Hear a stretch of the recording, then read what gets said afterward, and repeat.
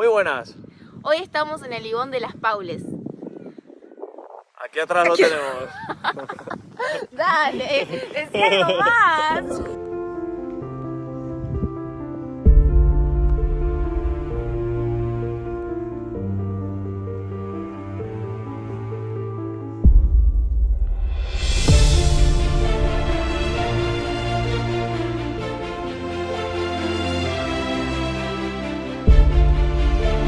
¡Qué hermosa sos!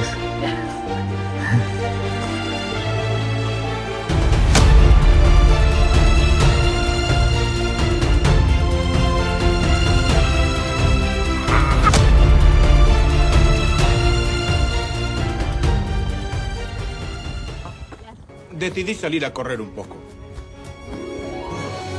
Corrí hasta el final del camino y cuando ¡Sigue llegué corriendo! allí, pensé que podía correr hasta el final del pueblo. ¡Hasta llegar al pico! La vida es como una caja de bombones. Nunca sabes cuál te va a tocar.